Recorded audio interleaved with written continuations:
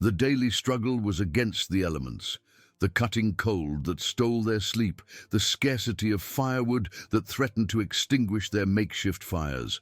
One night, as Grandpa Ilara tried to seal a particularly stubborn crack in the wall of the old main hall fireplace to protect his grandchildren from the icy wind, his wrinkled fingers fumbled upon a stone that felt strangely loose. With an effort, he removed it, and what was revealed behind it was not just another layer of rock, but a dark, forgotten passage. Curiosity, stronger than weariness, compelled him to follow.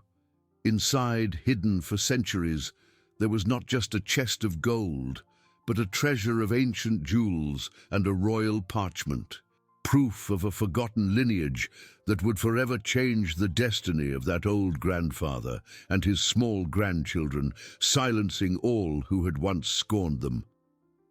The darkness of the passage swallowed the sound of the wind outside, and for an instant, time seemed to stop. Grandpa Ilara's wrinkled fingers trembled no longer from cold, but from an incredulity that paralyzed him. There, in the damp, cold gloom was not just a chest, but a portal to a past he had never dared to dream of. The jewels, faintly shimmering under the flickering light of the makeshift lamp, seemed to breathe with a life of their own, each gem an ancient eye watching him. Rough diamonds, emeralds of a deep green like a virgin forest, rubies that burned with the passion of 1,000 suns, all arranged without apparent order, but with a beauty that transcended any material value he could conceive. But it was the parchment, yellowed by time and sealed with a nearly broken wax seal, that truly haunted him. With trembling hands, he unrolled it with the utmost care, revealing elegant, forgotten calligraphy, a royal crest faded but still recognizable. Words in an ancient language, which he could barely decipher, spoke of lineages, of ancestral rites, of a lost kingdom and a promise of return. It was irrefutable and overwhelming proof that the blood running in the veins of his grandchildren, and perhaps his own, was the same that had once governed those lands. The children's eyes, wide with wonder and curiosity, reflected the sparkle of the gemstones. They did not grasp the magnitude of the discovery, only the mesmerizing beauty of what seemed like a fairy tale come true. "Grandpa, what is this?" whispered the girl, reaching out a tiny hand to touch a pearl necklace that seemed to weep light. The boy, more pragmatic, asked, "Is it food? Can we trade it for bread?" The grandson's question struck Grandpa Ilara like lightning. Food. Bread. The brutal reality of the hunger and cold that pursued them. That treasure, which could buy a kingdom, was worth nothing there at that moment if they couldn't use it. And using it meant revealing its existence, which was a danger he couldn't even imagine. The world outside was a cruel place, and a treasure like that was an invitation to greed, violence, and death. That parchment, in particular, was a double-edged sword. It could indeed silence those who scorned them, but it would also awaken the fury of those who usurped the throne. He took a deep breath, the cold air of the passage filling his lungs. The decision was swift and painful. This secret had to remain a secret, for now. He carefully rolled up the parchment, placing it back in the chest, and covered the jewels with an old cloth he found nearby. The loose stone was replaced, sealing the passage once more. The old man's heart beat hard, an irregular rhythm of fear and hope. They had a secret, a big, dangerous secret. The days that followed were a tense dance between the routine of survival and the weight of the discovery. Grandpa Ilara looked at the fireplace with new eyes, imagining the history those walls held, the whispers of past generations. He became more vigilant. Every shadow, every sound of the wind, every creak of the old house seemed a herald of danger. The war, which until then had been a distant hum, an abstract threat, began to materialize in stories told by sporadic travelers passing through the region, fleeing burning cities and relentless armies. The stone house, once an isolated refuge, now seemed a beacon in the storm, a point of attraction for the desperate. Rumors of people fleeing the capital, of entire villages abandoned, of broken families, reached them. The grandfather knew that the precarious peace they enjoyed would not last. War was approaching, and with it, the need for shelter, food, and warmth. It was on a particularly cold afternoon, when thick snowflakes fell and the wind howled like a hungry wolf, that Grandpa Ilara spotted a solitary figure on the horizon.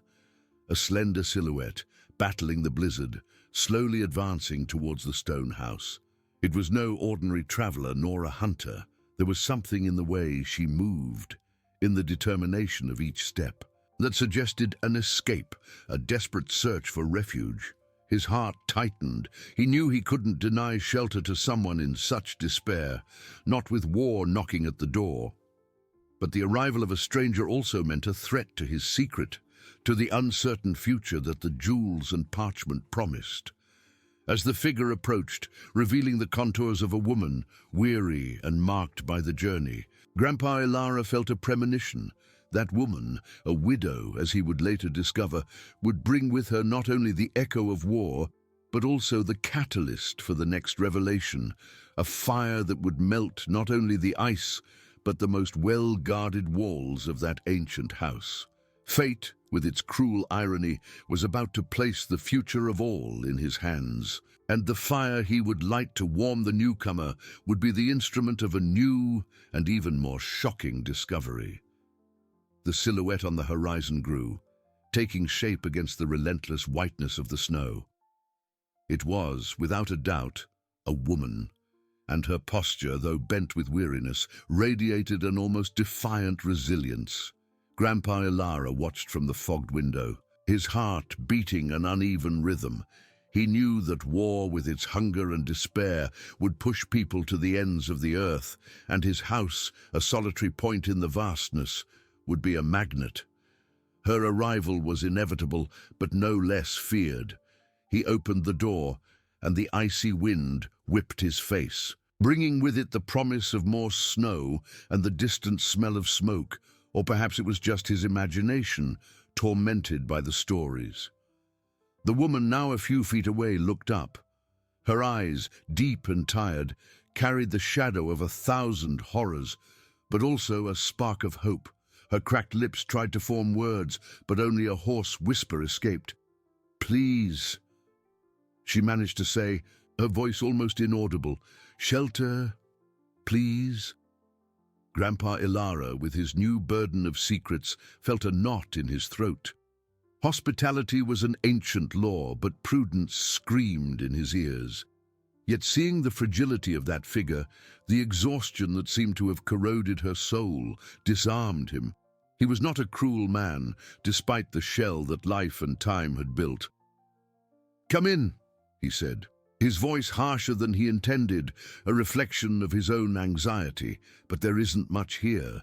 It's just me and my grandchildren." The woman, whose name he would discover to be Lena, stumbled inside, her heavy steps leaving wet tracks on the stone floor. Her eyes scanned the main hall, fixing on the fireplace, where dying embers struggled to maintain some warmth. The grandchildren, who had huddled behind their grandfather, watched the stranger with a mix of fear and childlike curiosity. Lena collapsed onto a bench near the fire, her hands trembling as she tried to warm herself. She seemed to have come from a place where warmth was a distant memory. "I can help with the fire," she offered, her voice gaining a little more strength. "I'm good with fireplaces." Grandpa Ilara hesitated. The fireplace, the place where it had all begun, where he had found the secret passage to the jewels and the parchment. A shiver, not from cold but from premonition, ran down his spine. But the fire was weak, and the night promised to be the coldest of winter. He nodded reluctantly. "There's firewood there," he indicated with a brusque gesture. Lena, with surprising energy for someone so exhausted, began to work. She rearranged the embers, added dry kindling, and, with a skillful breath, made the flame dance again. In a short time, the fire crackled with an intensity Grandpa Elara hadn't seen in a long time. The warmth spread, pushing back the cold and shadows, and for a brief moment a sense of peace almost settled in the hall. But peace was a fragile illusion in those times. As the fire burned stronger and hotter, a strange smell began to spread through the room. It wasn't the smell of wood smoke, but something more. Mineral, perhaps. Grandpa Elara frowned, observing the inner wall of the fireplace. He had sealed the crack where he found the loose stone, but this was a different part, a section of the masonry that seemed older, darker. Lena, feeling the intense heat, recoiled slightly, but her eyes, now more alert, also noticed the change. The mortar between some of the stones, which had previously seemed solid and dark, began to bubble, releasing small pieces. A thick, dark liquid slowly seeped out like stone tears, revealing something behind. "What is that?" Lena whispered. Pointing at the wall, Grandpa Elara felt his blood run cold. This was no ordinary melting. The wall, which he had always thought to be solid stone, was disintegrating under the relentless heat of the fire. An outer layer, like an ancient coating, was peeling away, revealing a metallic, gleaming surface beneath. The sound of a loud crack echoed through the hall. A large section of the fireplace wall gave way, not with the crash of falling stones, but with a muffled sound, almost like a controlled collapse. What was revealed was no longer a dark passage, nor a chest of jewels. It was an opening to a hidden chamber, and what lay within made the air thin. Stacked from floor to ceiling, gleaming with a golden shimmer under the flickering firelight, were bars of solid gold, hundreds of them, perhaps thousands, arranged with an almost military order, forming a wall of wealth that defied comprehension. The chamber seemed to extend backward, suggesting that this was merely the tip of an iceberg of fortune. The silence that followed was heavy, filled only by the crackling of the fire and the accelerated beats of their hearts. Lena, mouth agape, seemed petrified, her wide eyes reflecting the golden gleam. Grandpa Elara, in turn, felt a wave of shock and panic. He had guarded one secret, but the house held many more, and now one of them had been revealed in the most spectacular and dangerous way possible. That gold. It wasn't ancient jewels nor a royal parchment. It was raw wealth, undeniable, coveted by all armies and kingdoms. It was the kind of treasure that could buy a war or be the cause of one. And now, a stranger, a widow fleeing violence, was a witness to its existence. The grandfather's premonition had materialized, but in a way he could never have imagined. The fire which he had lit to warm had melted not only the false wall, but also the last barrier of his quiet, isolated life. The fate of all of them now was irrevocably linked to that golden gleam and the danger it represented. The silence that fell over the hall was heavier than the snow outside, denser than the thin air that seemed to have been sucked from their lungs. The crackling of the fire, once a comforting sound, now seemed like a drum beating a feverish rhythm, echoing the erratic pulse in Grandpa Elara's chest. The flickering light danced over the bars, transforming the gold into a myriad of flaming hues, almost mesmerizing. It wasn't jewels, nor an ancient parchment. This was the very essence of greed, the personification of wealth that moves kingdoms and destroys men. Lena, the widow, remained petrified, her wide eyes reflecting the golden gleam like mirrors. The exhaustion that had bent her moments before seemed to have been swept away by a wave of shock. Her mouth was slightly open, a mute whisper of disbelief caught in her throat. She seemed unable to tear her gaze away, as if the gold possessed a magnetic power, pulling her soul into that abyss of fortune. Grandpa Elara felt an icy chill run down his spine, a cold that had nothing to do with the winter outside.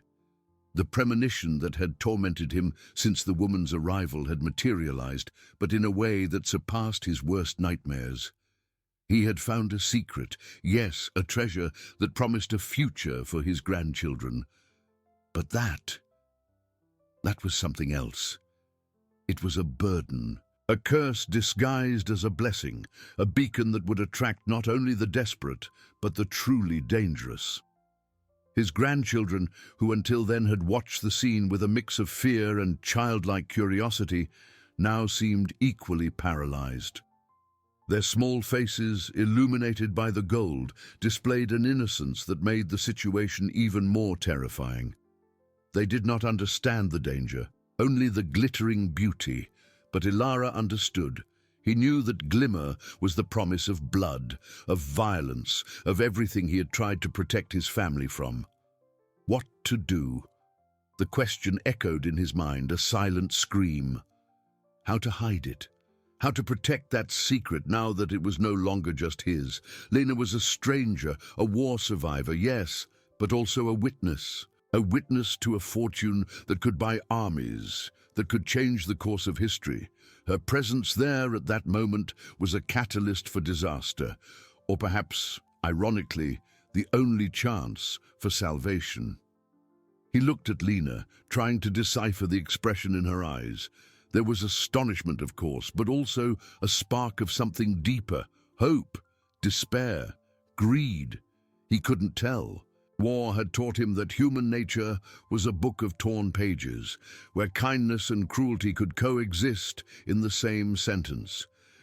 The mineral smell, which had been subtle before, now intensified, mixing with the heat of the fire. The false wall, melted by the relentless heat, revealed its true nature. It was not just a layer of mortar, but a type of metallic coating, perhaps lead or some other malleable material that had been used to seal the chamber. The ingenuity of the ancient builders was impressive, but the fragility of their disguise under extreme heat was Grandpa Ilara's undoing.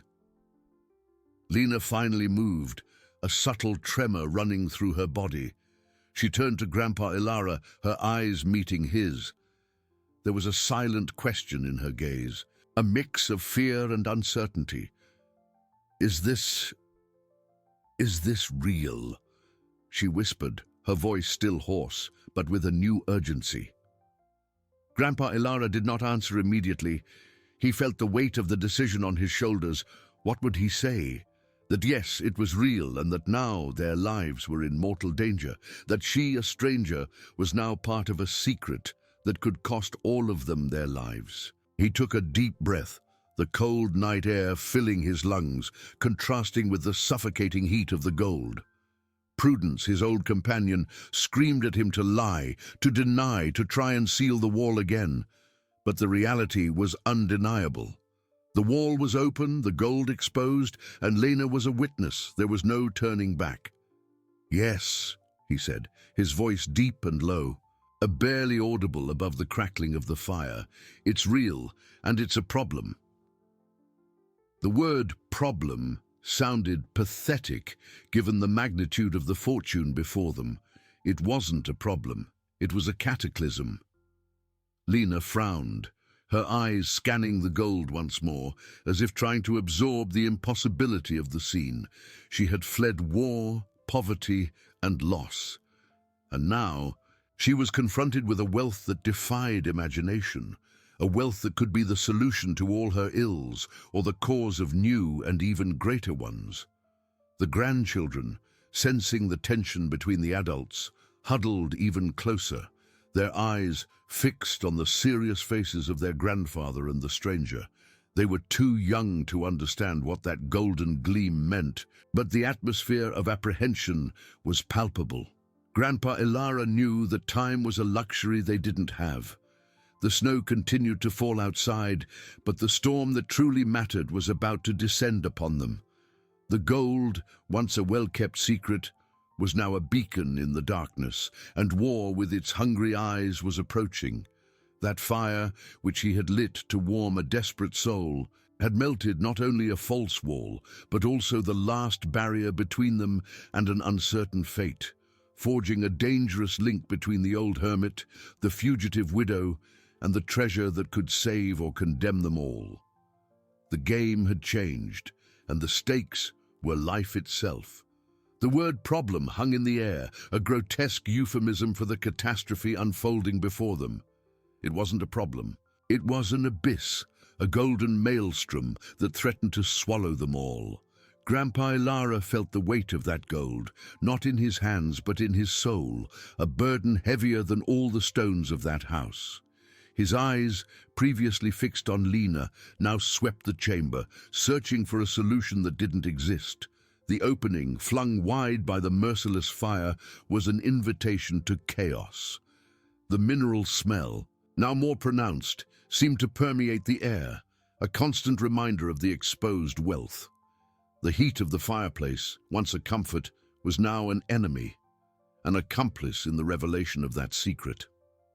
Grandpa Ilara knew they couldn't stay there, paralyzed, while the fire continued to burn, illuminating the treasure for anyone who might approach. The house, once a refuge, had transformed into a trap, and the gold a lure. Lena, in turn, seemed to be battling her own mind. Her eyes, which had seen misery and death, now confronted the most unimaginable opulence. Disbelief was still there, but a new emotion began to form, a dangerous mix of hope and fear. She had fled everything, lost everything, and now, before her, was the promise of a new beginning, or perhaps the definitive end. "What will we do?" she asked, her voice a little firmer, but still carrying an underlying tremor.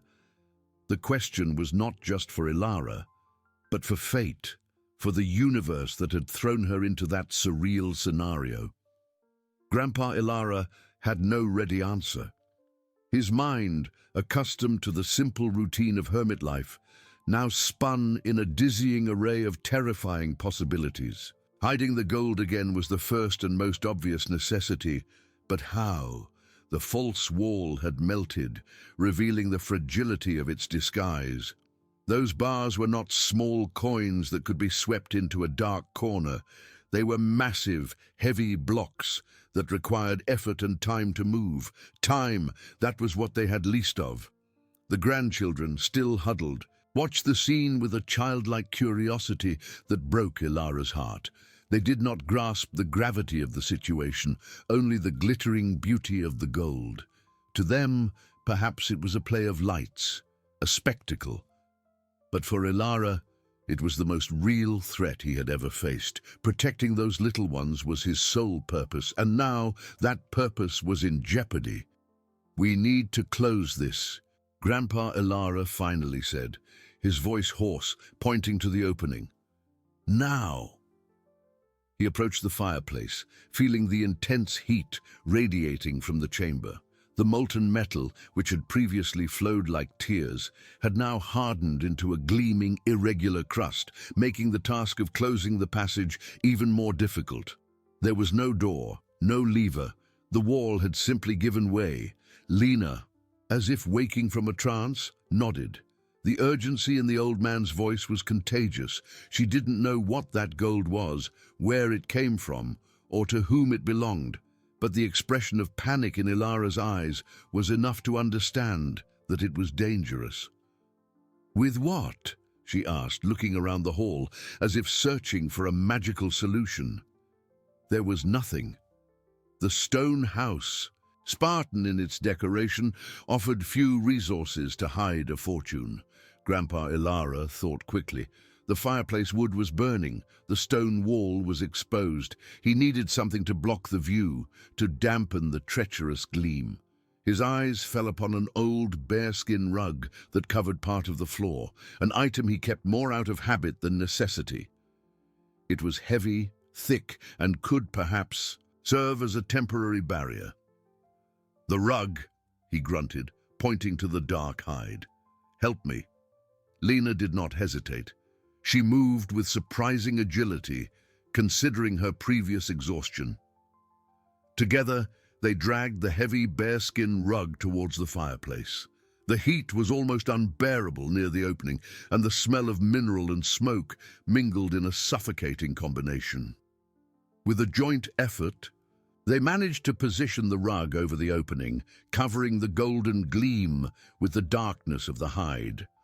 It wasn't a permanent solution, but it was enough to conceal the immediate view. The relief was momentary, almost imperceptible. The gold was still there, and the rug was just a fragile disguise. The tension, instead of diminishing, merely shifted form. Now, the problem wasn't the revelation, but what to do with it. War was approaching, and with it greed. The secret once revealed could not be forgotten. Grandpa Ilara looked at Lena, his grey eyes fixed on hers. That moment had forged a bond between them, a bond of danger and a shared secret. He didn't trust her, not completely, but the situation demanded an alliance, however reluctant. "No one can know about this," he said, his voice low and grave, more a warning than a plea. "No one." Lena nodded, her eyes scanning the rug that now covered the fortune. She had fled war, but seemed to have found a new battle, a silent battle, fought within the walls of that stone house. The gold, which could be salvation, was also the most dangerous of curses. The game had changed, and the stakes were life itself, and now she was playing. The bearskin rug, heavy and dense, covered the opening like a makeshift shroud, but it did not seal the secret. The treacherous gleam of the gold, though hidden, still seemed to radiate through the dark fibers, a palpable presence that filled the hall with an icy tension, sharper than the wind outside. The silence that followed that desperate act was not one of relief, but of even greater apprehension. It was the silence that precedes the storm, the hollow sound of a drum announcing the inexorable march of fate. Grandpa Ilara and Lena exchanged glances, their faces illuminated by the flames still licking at the fireplace, now a silent and dangerous accomplice. In the old man's eyes, there was a complex mix of anger, despair, and bitter resignation. His life, built on solitude and the protection of a secret, had been turned upside down in an instant. In Lena's eyes, disbelief still wrestled with fear, but a new spark, dangerous and tempting, began to glow. The promise of a life without misery, of safety for her children, was a powerful siren song. Even if it was wrapped in mortal danger, the mineral smell, now muffled by the hide, still lingered in the air, a constant reminder of the hidden fortune. The heat of the fireplace, once a comfort, now felt suffocating, a warmth that did not warm, but burned with the urgency of the situation. The war, which had been a distant echo, now seemed to be knocking at the door, drawn by the invisible gleam of that treasure. "It's not enough," Ilara said, his voice hoarse, almost a whisper. He didn't need to specify what wasn't enough. The rug was a farce, a thin veil over an abyss. The wall, once a solid barrier, was now an open wound, a portal to greed. The molten metal had flowed and hardened into an irregular crust, making a simple closure impossible. It was like trying to stitch a wound with a blunt needle. Lena nodded, her eyes fixed on the rug. She had fled a war that stole lives and hopes, and now found herself facing a wealth that could do the same. The irony was cruel. Gold, which many sought as salvation, was the most dangerous of curses when exposed. We need to seal it properly," she replied, her voice still a thread, but with growing determination. Her children's survival depended on it, and she would do whatever it took. The grandchildren, oblivious to the gravity of the situation, had fallen asleep in the corner, exhausted by the journey and the warmth of the fire. Their soft breaths were a painful counterpoint to the storm brewing in the adult souls. Protecting those innocent lives was the only point of convergence between the old hermit and the widow. Grandpa Ilara scanned the Spartan hall. There was no cement, no extra stones, no adequate tools to rebuild a wall. The stone house, built to withstand time and weather, had not been designed to hide a treasure of such magnitude from hungry eyes. He had relied on his solitude, his reclusion, as the greatest of barriers. A trust now shattered. "We can't," he murmured, frustration evident in his voice. "Not tonight. The metal melted. It requires time, material, and we have neither." He thought of the rumors of war, of armies plundering villages and cities, of men who would kill for far less than what was hidden behind that rug.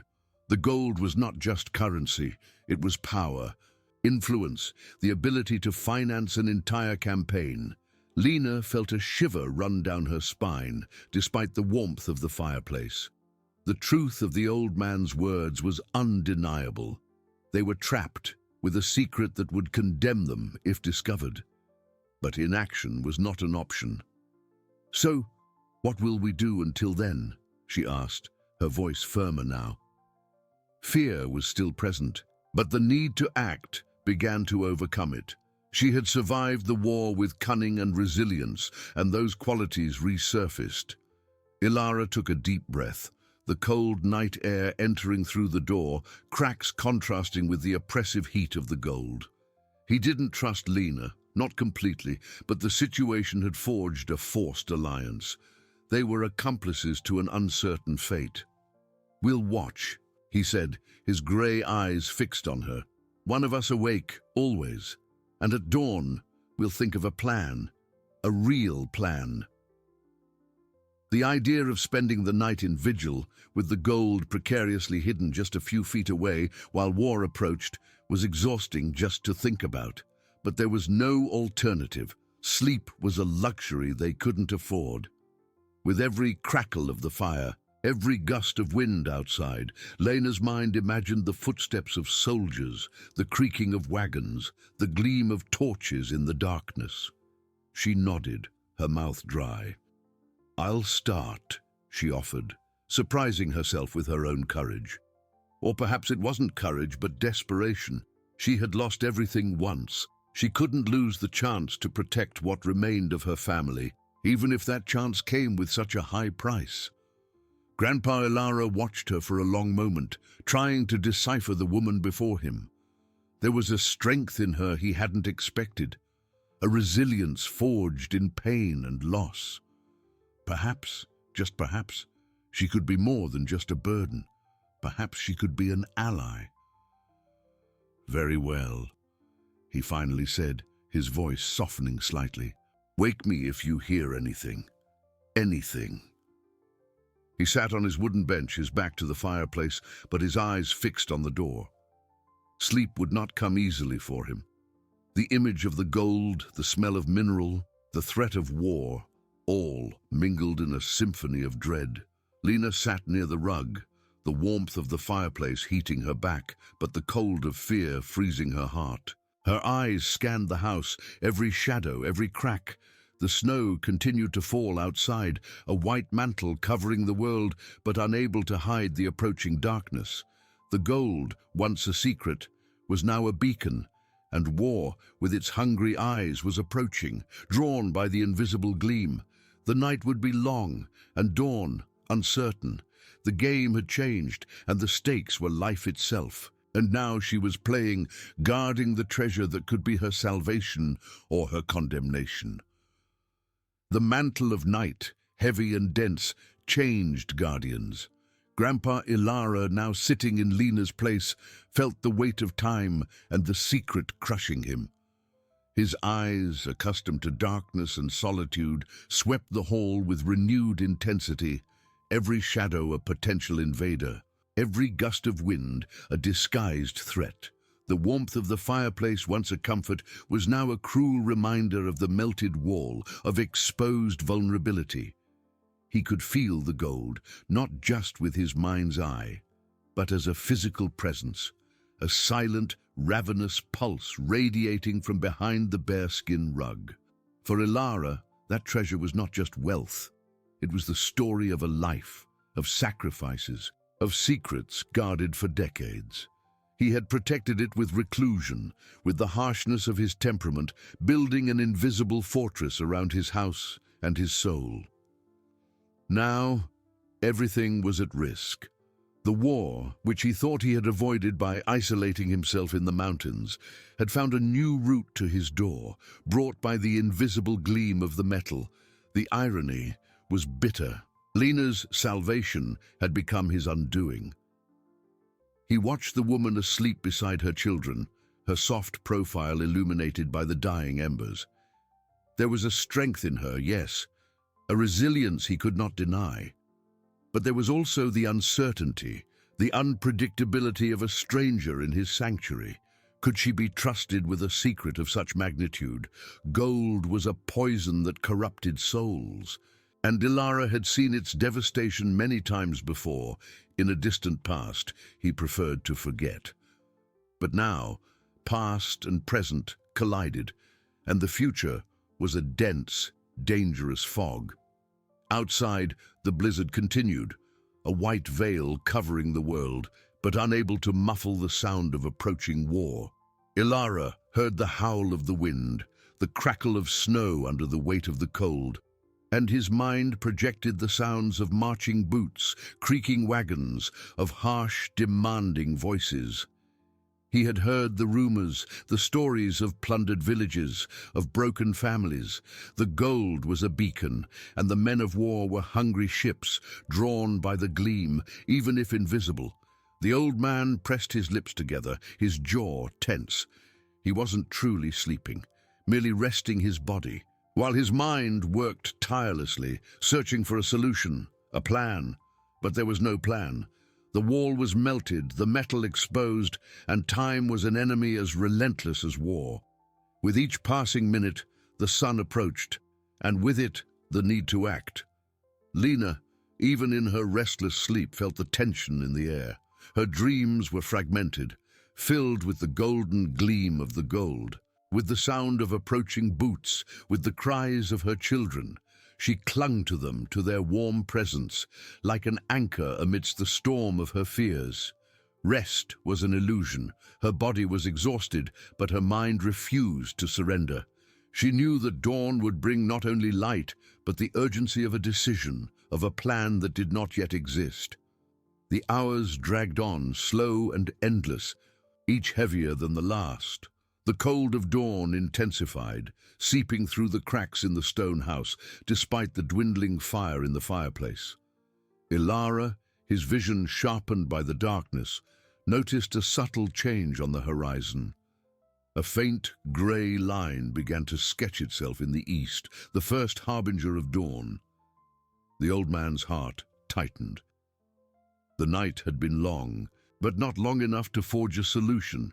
He stood up, his joints creaking, and walked to the fireplace, adding more firewood. The flames licked the dry wood, and warmth spread, but it couldn't dissipate the cold he felt in his soul. He turned to Lena, who was already awake, her eyes fixed on him, a silent question hanging in the air. Fear was still there, but the determination to survive, to protect her children, was palpable. The sun had not yet risen, but its pale light was already beginning to creep through the cracks, revealing the hall in shades of grey and blue. The bearskin rug seemed even darker, a precarious veil over the secret that condemned them. Ilara and Lena looked at each other, mutual understanding weighing between them. The night had passed, but the problem remained, bigger and more urgent than ever.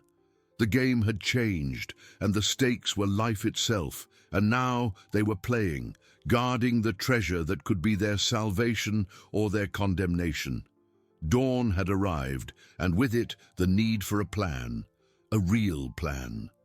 Dawn did not bring the clarity Lena expected, but rather a pale, cold light that exposed the house's vulnerability and the rawness of the secret. The sun, still hidden behind the snowy peaks, cast shades of grey and cobalt blue over the hall, revealing every crack in the stone walls, every smudge of soot on the ceiling. And, more cruelly, it revealed the dull gleam of the gold behind the bearskin rug, now an even more fragile veil over the fortune. Grandpa Ilara stood, his back curved, but his posture carried a rigidity that defied age. His grey eyes, previously veiled by weariness, were now sharp, sweeping the hall like a hawk. He did not look at Lena, but at the rug, at the wall, at the world outside that was beginning to awaken. The silence between them was heavy, filled with the unspoken urgency of a decision. Lena felt the cold of dawn seep into her bones, but it was the cold of fear that paralyzed her. Her children still slept, oblivious to the weight hanging over the house. The warmth of their small bodies was a constant reminder of what was at stake. That gold, which seemed a promise of salvation in the darkness of night, now, under the incipient light of day, revealed itself as a trap, a beacon for the approaching greed. The old man cleared his throat, a hoarse sound that broke the silence. "The sun is rising," he said, his voice grave and emotionless. It was not an observation, but a sentence. Time had run out. The night of vigil and uncertainty had given way to the imperative need to act. Lena stood up, her legs numb, and walked to the fireplace, adding more firewood. The flames licked the dry wood, and warmth spread, but it couldn't dissipate the cold she felt in her soul. She turned to Ilara, her eyes fixed on him, a silent question hanging in the air. Fear was still there, but the determination to survive, to protect her children, was palpable. "We need a plan," Lena finally said, her voice a hoarse whisper. "For the gold, for us." Ilara nodded slowly, his eyes meeting hers for the first time since dawn. There was no longer pure distrust, but rather a somber acceptance of a shared fate. "There is no plan," he replied, his voice laden with bitter resignation. "There's no way to hide it now. The wall is gone, the smell of smoke, the trail. They will come." Those words, "they will come," echoed in the small hall, more terrifying than any wolf's howl. Lena felt a shiver run down her spine. She had fled war, but war, in its most insidious form, had found her.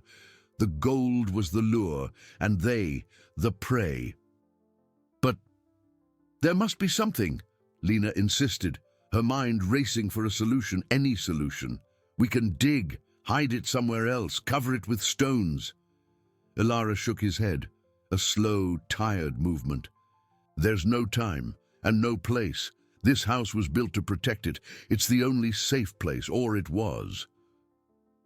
He looked at the rug, an expression of deep pain on his wrinkled face.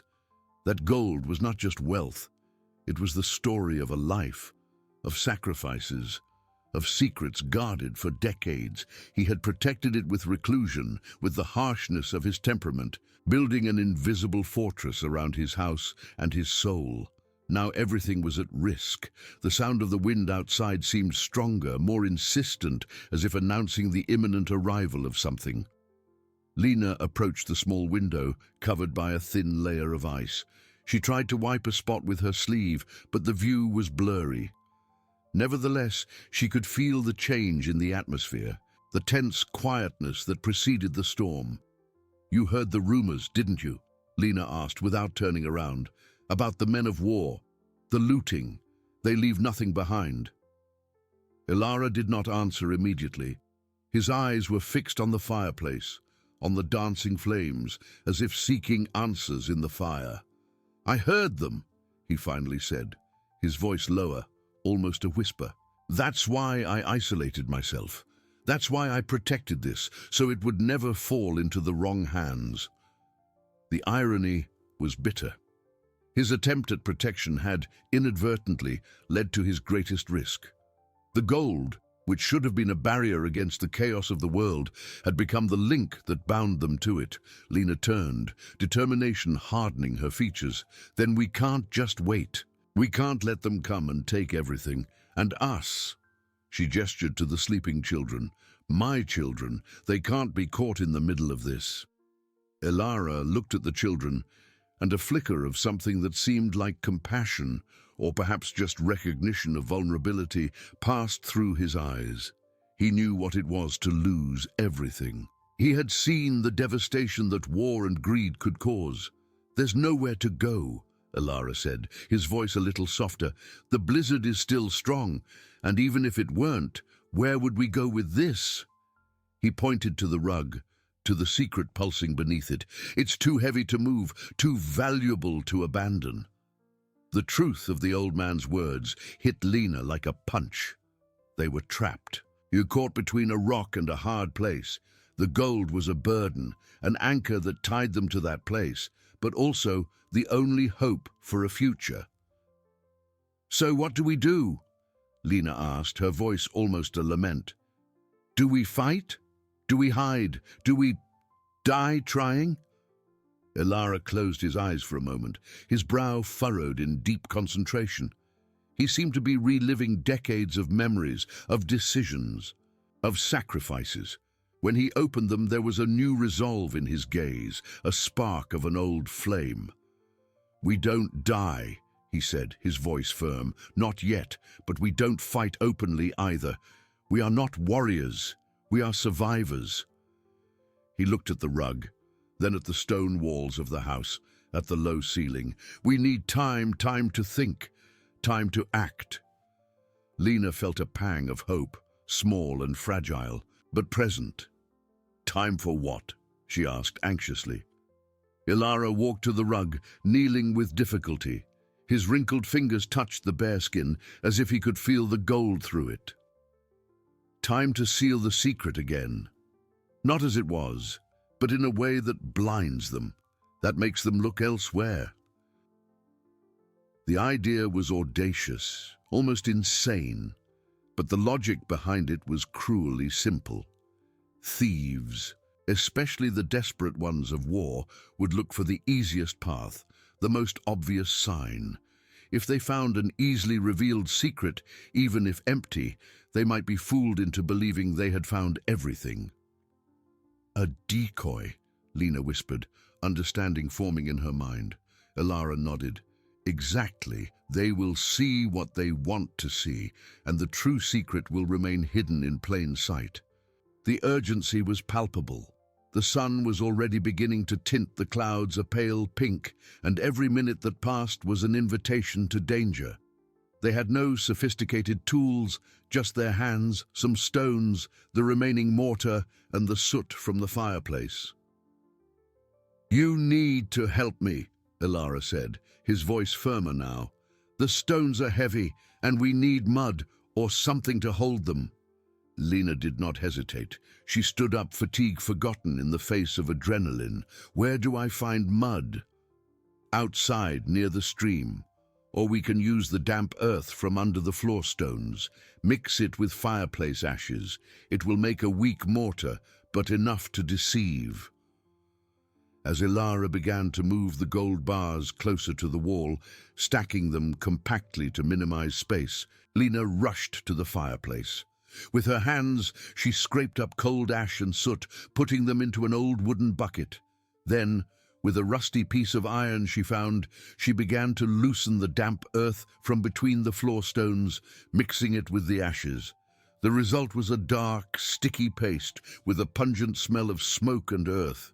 The work was arduous and silent, punctuated only by the creaking of Ilara's joints, the dragging of stones, and Lena's gasping breaths. They worked at a frantic pace, their eyes constantly darting to the small window, as if expecting to see dark silhouettes approaching at any moment. Lena's children continued to sleep, their small bodies huddled under the furs, oblivious to the silent battle their guardians were fighting. Their innocence was a constant reminder of what was at stake. Ilara, with surprising strength for his age, began to fit the larger stones back into place, covering the gold. There was no time for perfection. The wall was irregular, the stones poorly aligned, but the goal was to hide, not to rebuild. Lena, with the improvised mortar paste, filled the cracks, spreading it with her hands, getting dirty from head to toe. The smell of earth and smoke permeated the air, mixing with the heat of the fire, still burning in the fireplace. More soot, Ilara grunted, without taking his eyes off his work. Cover everything. Make it look old, as if it had always been that way. Lena grabbed more ashes and vigorously rubbed them over the newly built wall, darkening the stones. disguising the dampness of the mortar, giving it an appearance of age and neglect. The wall now looked like a natural part of the structure, a mended and forgotten section, without any hint of a newly revealed secret. As they worked, the sun finally broke over the peaks, casting a pale golden light over the hall. The new wall under this light looked surprisingly convincing. But Ilara was not satisfied. "Now, the decoy," he said, pointing to the opposite wall. There's a loose stone. Pretend it's a hiding place." Lena moved to the indicated spot. There was indeed a stone a little looser than the others. With an effort, she managed to remove it, revealing a small, empty niche in the wall. It was the perfect size for a handful of coins, or perhaps a small, valuable object. "Leave it empty," Ilara instructed, "or put something worthless in it. A pretty stone, something they can easily find and think is what they were looking for." Lena picked up a small, smooth stone from the floor, polished by time, and placed it in the niche. It was a simple gesture, but laden with desperate hope. They were playing a dangerous game, staking their lives on the cunning of an old hermit and the naivety of the men of war. The work was almost done, but the tension did not diminish. On the contrary, it intensified with every ray of sunlight that invaded the house. The silence outside seemed more menacing, the quietness of the morning, a premonition of a storm. Ilara and Lena stepped back from the wall, exhausted, dirty, but with a spark of hope in their eyes. The mended wall, covered in soot, looked innocuous. The empty niche, with its small stone, was an invitation to deception. But would it be enough? They had sealed the secret, but the house was still there, vulnerable. The daylight exposed every crack, every imperfection, and the sound of the wind outside, which before had seemed merely nature's lament, now carried a new tone, a distant echo that made their hearts pound. It was a sound that was not of the wind, but of something more, something approaching. The game of hide-and-seek was about to begin, and they were the prey.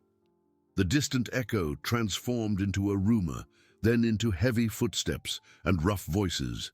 It was not the wind, it was the unmistakable sound of boots crunching in the snow, of armor clanking, of men approaching. Lena's heart leaped into her throat, a frantic drum threatening to explode.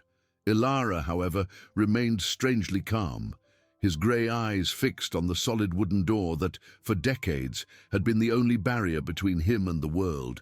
"They're here," he whispered, his voice surprisingly firm. "Quickly, the children." Lena needed no further instructions. With the agility of a startled cat, she rushed to where her children slept. Little Mika, with his angelic face, and sweet Anya, nestled beside him. She gently shook them, covering their mouths with her hands before they could make a sound. Mika's eyes opened wide and frightened, but he understood his mother's silence. Anya, still drowsy, merely huddled closer, sensing the fear radiating from Lena. "Stay quiet," Lena murmured, her voice almost inaudible. "Don't make a sound, no matter what happens." She pushed them under Ilara's bed, a cramped and dark space covered with animal furs. It was a precarious hiding place, but the best they had. The smell of dust and mold was strong, mingled with the warmth of the small bodies. Lena knelt, covering the entrance with a thick hide, praying for the darkness to swallow them. Outside, the noise grew louder, shouts, the creaking of wood, the metallic sound of something banging against the door. The stone house, which had once seemed an impregnable refuge, now felt fragile, its walls echoing the approaching violence. Ilara stood near the fireplace, his posture erect, but his wrinkled hands trembled slightly. He picked up an iron rod, a fire poker, and held it as if it were a weapon, though he knew it was useless. With a deafening crash, the door gave way, torn from its hinges. The icy morning air rushed into the hall, bringing with it the smell of snow and smoke, and the acrid odor of dirty, desperate men. 4 imposing figures, clad in crude armor and furs, stormed into the house. Their faces were hard, marked by war and hunger, their eyes, ravenous and suspicious, sweeping the dark interior. "Hello, old man," one of them growled, his voice hoarse and menacing. It was the leader, a corpulent man with a scar running across his left eye. "Looks like we found a nest." Lena slowly stood up, her hands raised in a gesture of surrender, trying to appear as harmless as possible. Her gaze sought Ilara's, a silent exchange of fear and determination. "We have nothing here," Lena said, her voice trembling but trying to sound firm. "We are just an old man and a woman with her children. We fled the war." The leader laughed, a harsh, humorless sound. "Everyone flees war, woman, and everyone says they have nothing. But the fire in that fireplace, it looks too inviting for an empty house." His eyes fixed on the fireplace, then on the newly mended wall, covered in soot. The other three men began to ransack the house, kicking furniture, knocking over pots, their heavy boots echoing on the stone floor. One of them approached Ilara's bed, and Lena's heart stopped. She could feel her children's breath under the furs, the paralyzing fear that a sound, a movement, could betray them. "What's this, old man?" the leader asked, pointing to the fireplace wall. "Looks like there's been some recent work here." Ilara did not answer immediately. He coughed, a dry, forced sound. "Just an old patch," he said, his voice hoarse. "The stone was loose. The cold was getting in." The leader approached the wall, his dirty fingers touching the improvised mortar. Lena held her breath. The soot and earth had disguised it well, but a closer look, a more experienced touch, could reveal the deception. "Looks old enough," the man grunted to Lena's relief. He was no builder, just a looter. His eyes, however, were not satisfied. They swept the room again, stopping at the opposite wall, where the decoy niche awaited. "And what's this here?" he asked, his voice gaining a curious tone. He walked to the niche, where the small, smooth stone rested. With a swift movement, he removed it, revealing the empty space. One of the other men approached, looking over the leader's shoulder. "Nothing, Chief. Just a stone." The leader thrust his hand into the niche, feeling the emptiness. A frown formed on his face. An empty hiding place. What a joke. He threw the small stone to the floor in anger. "They think we're fools." Lena and Ilara exchanged a quick glance. The decoy had worked, for now, but the men's frustration was palpable, and that made them even more dangerous. "Search everywhere," the leader ordered, his voice echoing with impatience. "We won't leave here empty-handed. There's something here. I feel it." The men redoubled their efforts, turning the house upside down. Furs were torn, pots broken. The little Lena had managed to save from her previous life was destroyed without ceremony. One of them kicked Ilara's bed, and Lena felt a shiver of terror. She could hear her children's hearts beating wildly, the fear in their small bodies. The man who kicked the bed stooped, his hungry eyes sweeping the floor. He was dangerously close to the hiding place. Lena felt sweat trickle down her forehead, her hands clenching into fists. Ilara, beside her, remained motionless, an old tree trunk, but Lena could feel the tension radiating from him. The silence, which had once been a blessing, was now a torture, portending imminent disaster. The air in the house grew dense, heavy, each second an eternity. The soldier leaned closer, his thick fingers almost brushing the fur covering the children. Lena felt her heart stop, the entire world shrinking to that point of imminent contact, to the abyss opening beneath her feet. She could feel the warmth of Mika and Anya's bodies, the smell of fear emanating from them, and with every beat of her own heart, she prayed for theirs to remain in absolute silence. Then, a sound. Not a scream, nor a cry, but a metallic thud, loud and sudden, that echoed in the stone hall. Ilara had dropped the iron poker, which scraped against the fireplace stones, before falling to the floor with a deafening clang. All eyes, including those of the soldier leaning over the bed, turned to the old man. Ilara, with a forced groan, bent over, hands on his knees, feigning sudden pain. "My back," he grunted, his voice hoarse and full of suffering. "Foolish old man, so clumsy." The leader, his frown deepened, marched to Ilara. "What was that, old man? Are you trying to distract us?" His hungry eyes swept the hermit's wrinkled face, searching for a sign of deception. The soldier near the bed, startled by the noise, recoiled a step, his attention diverted. Lena felt a thread of air enter her lungs, a relief so intense it almost made her faint. Her children were safe for a few more seconds, but the danger had not passed, only shifted focus. "Distract?" Ilara coughed, slowly straightening up, the poker still on the floor. "For what? So they can see we have nothing but old bones and a bit of smoke? Just an old man who can no longer hold a piece of iron." He gestured to the empty house, to the few belongings scattered and destroyed by the men. The leader was not convinced. "You're smarter than you look, old man. Do you think we don't notice the smell of fresh smoke? The fire still burns in the fireplace. It's not an abandoned house." He kicked a broken clay pot, shards scattering across the floor. "We won't leave here empty-handed." The other two soldiers, who had paused for a moment, resumed their frantic search, now with renewed fury. They tore down the furs covering the walls, knocked over makeshift shelves, turned what little remained upside down. The sound of destruction filled the house, a chorus of violence that made Lena's teeth clench.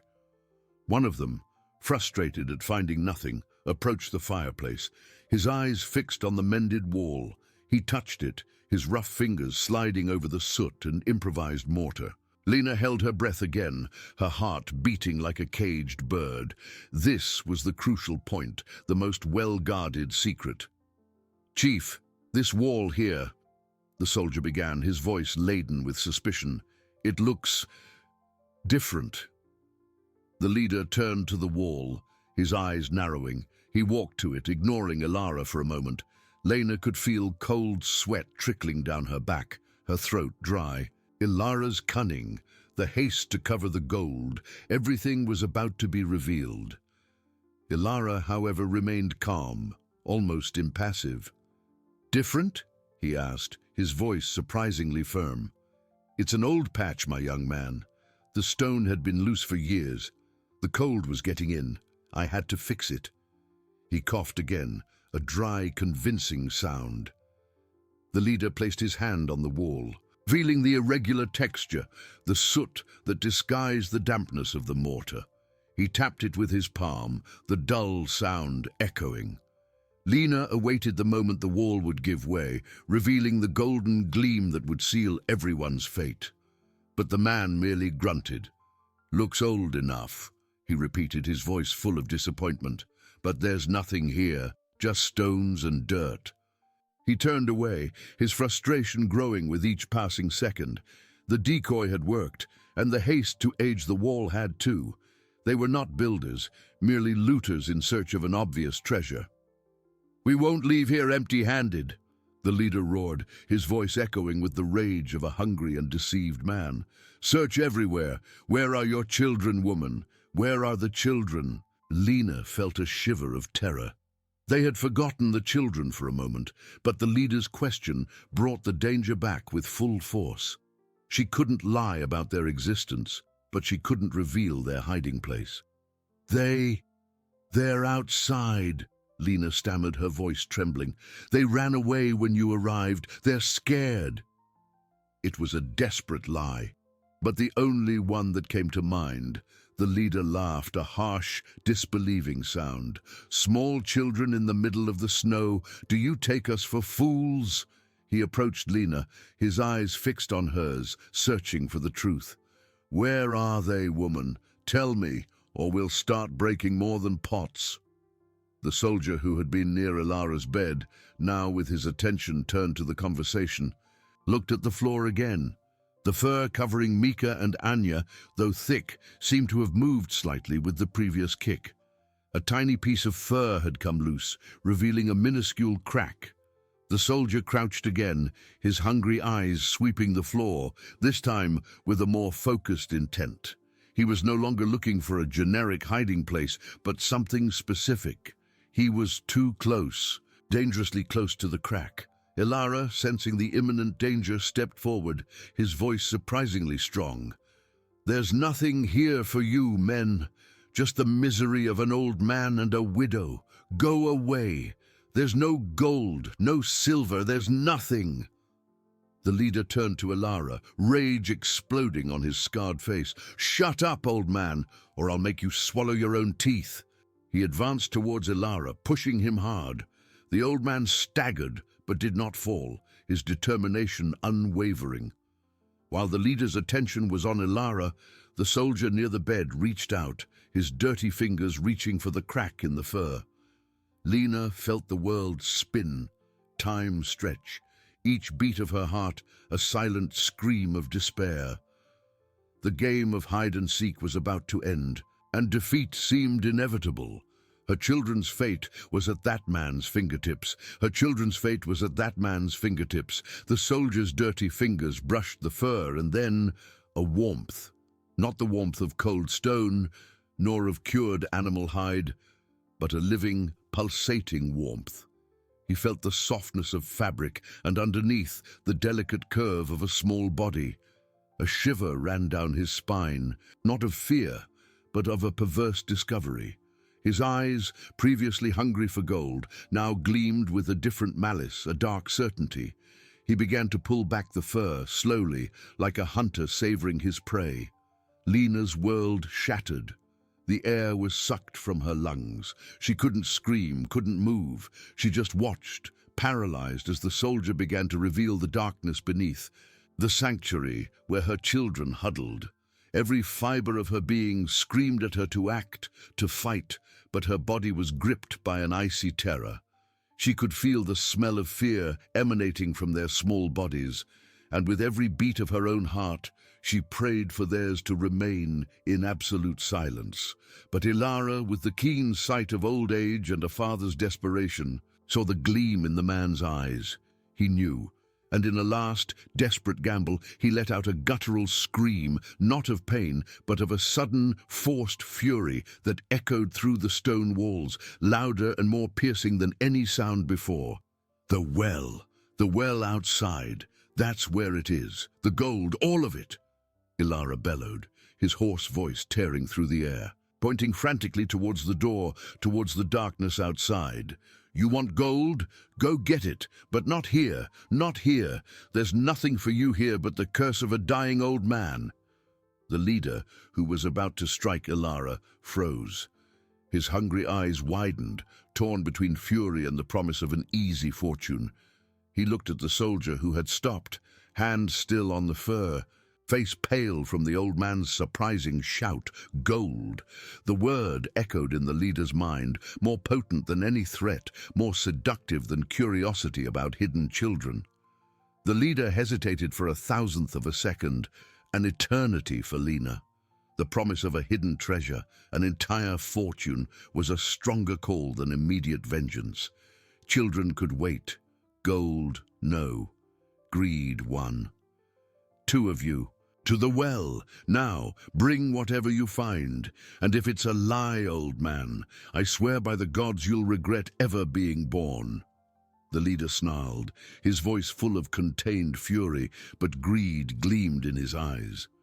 The two soldiers, without questioning, rushed to the door, disappearing into the darkness of the night outside, the sound of their footsteps muffled by the snow. The cold night air entered through the open door for an instant, bringing with it the smell of pine and ice before the leader slammed it shut with a dull thud.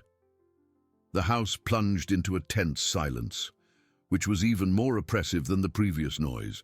Now only the leader, the soldier near the bed, Ilara and Lena remained. The odds had changed, but the danger remained, more concentrated, more palpable. The soldier who was over the bed recoiled a step, his hand still hovering over the fur. He looked at the leader, then at Lena, and finally at the spot where the children were hidden. Ilara's distraction had worked, but only partially. The seed of doubt had been planted, and the soldier did not seem willing to abandon it. His hungry eyes swept the floor again with renewed intensity, as if trying to see through the fur covering the small bodies. The leader, his attention divided, kept his eyes fixed on Ilara, who seemed exhausted but determined. "You're a cunning old man, aren't you?" he hissed, his voice low and dangerous. "Do you think you can fool me with old man's tricks?" He took a step towards Ilara, his hand clenching into a fist. Lena felt a shiver. Ilara's lie had bought time, but at a terrible cost.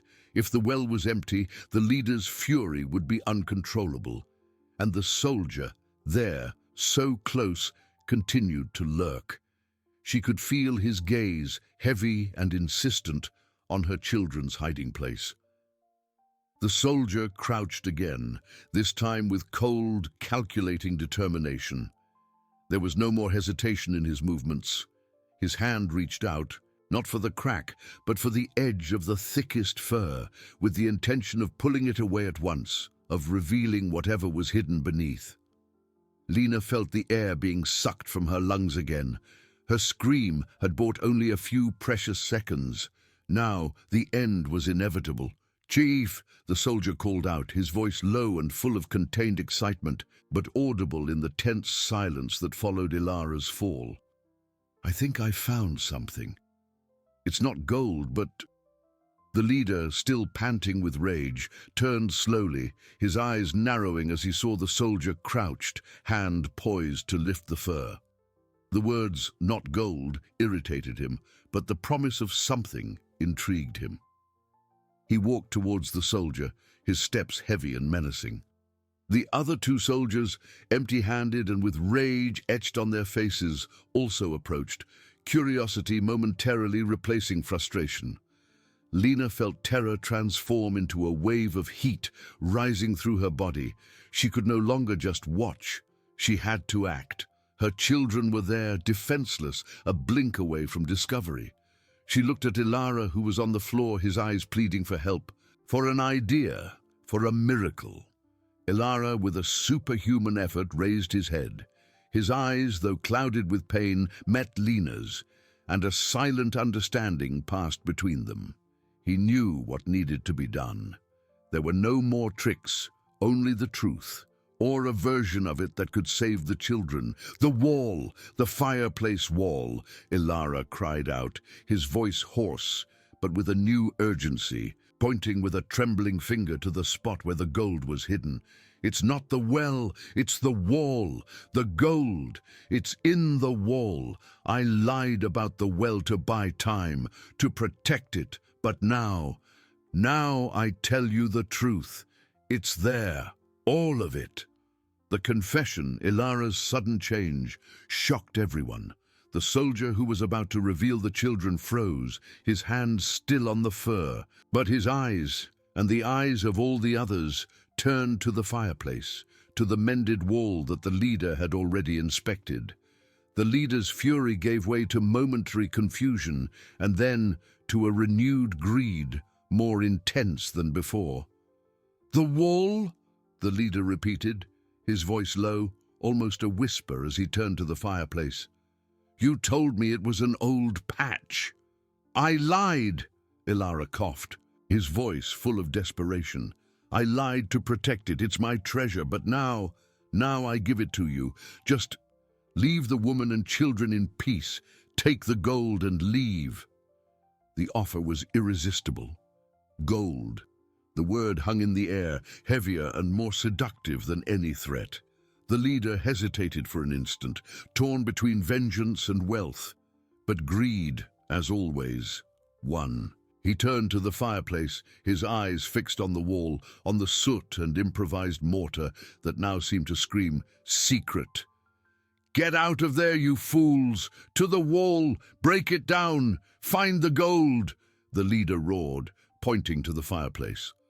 The three soldiers, including the one who was about to discover Mika and Anya, abandoned their positions and rushed to the fireplace, their hungry hands already searching for something to break through the wall. The sound of stones being torn out and mortar crumbling filled the house again. The leader, still suspicious, but his mind, dominated by the promise of wealth, watched, his eyes alternating between the wall and Ilara, who was now lying on the floor, gasping, but with a glimmer of triumph in his eyes. Lena, paralyzed by relief and exhaustion, watched the scene. Her children were safe, for now. The distraction was total, absorbing. But what about Ilara? The old man lay on the floor, a faint moan escaping his lips. His eyes, once full of defiance, were now fixed on the gold he had guarded for so long, being plundered without ceremony. There was a deep sadness in his gaze, the pain of loss, but also a flicker of resignation, perhaps even a strange triumph. He had fulfilled his part of the bargain. The leader, his arms full of gold bars, turned to Ilara, who was still on the floor. His eyes, previously bloodshot, now gleamed with cruel satisfaction. "You're a foolish old man, Ilara," he said, his voice hoarse with excitement. "But your foolishness brought us a fortune. I won't kill you. You'll live to see your house empty, your treasure stolen. That will be your punishment." He spat on the floor near the old man, a final gesture of contempt. The leader's attention was almost entirely on the gold. He began to give orders, his voice strong and authoritative, directing the soldiers to pack the treasure into bags they carried for supplies. Greed was a fire that consumed everything, and in the heat of that flame, Lena and her children seemed to have become invisible. Lena felt her heart pound, a rhythm of hope and dread. She had to act, but cautiously. The soldiers were so focused on the plunder that they barely noticed what was happening around them. She crawled slowly, almost imperceptibly, towards Ilara. The old man lifted his head slightly, his eyes meeting hers. There was a silent message there: "Go, now." The leader, with a heavy sack of gold over his shoulder, gestured to the others. "Let's go. We have no time to lose. The night is long and the road awaits us." He did not look back, neither at Lena nor at the children's hiding place. His mind was completely dominated by the wealth he now possessed. One by one, the soldiers began to leave the house, carrying their precious burdens. The last of them, the same one who had almost discovered Mika and Anya, hesitated for an instant at the door, his eyes sweeping the house, perhaps sensing that something was missing. But the sight of his companions moving away with the gold urged him to follow. The door closed with a creak, and silence, a heavy, hollow silence, descended upon the stone house. Lena waited. She counted to 100, her body tense, her ears alert to the slightest sound. Nothing, only the wind howling outside and the frantic beat of her own heart. The danger had passed, for now. She crawled to Ilara. The old man was pale, his breath weak, but a faint smile played on his lips. They're gone," he whispered, his voice almost inaudible. You're safe. The children. We're safe, Ilara," Lena said, tears streaming down her face. She held his cold, wrinkled hand. "You saved us." He squeezed her hand weakly. "The gold. It always brings trouble. But it can also buy time." His eyes closed. His breath became shallower, and then, with a final sigh, ceased. Ilara, the grumpy old hermit, had found his peace, his last act of generosity consummated. Lena wept in silence, the pain of loss mixed with overwhelming relief. She had found a refuge, a protector, and had lost him, but he had given her the greatest gift, the lives of her children. With trembling hands, she went to the bed, pulling back the furs. Mika and Anya emerged, their eyes wide and frightened, but unharmed. Lena hugged them tightly, the warmth of their small bodies being the only truth in a world of uncertainties. The stone house was empty, plundered, but it was still a shelter. The fire in the fireplace, which had revealed the secret and unleashed calamity, now crackled softly, the only source of warmth and light. The gold was gone, carried away by war and greed. But life, the lives of Lena and her children, remained. The cost had been high, but survival in that cruel world was the most valuable treasure of all. The war continued outside, but within those stone walls for one night, they were safe, and that in itself was a miracle.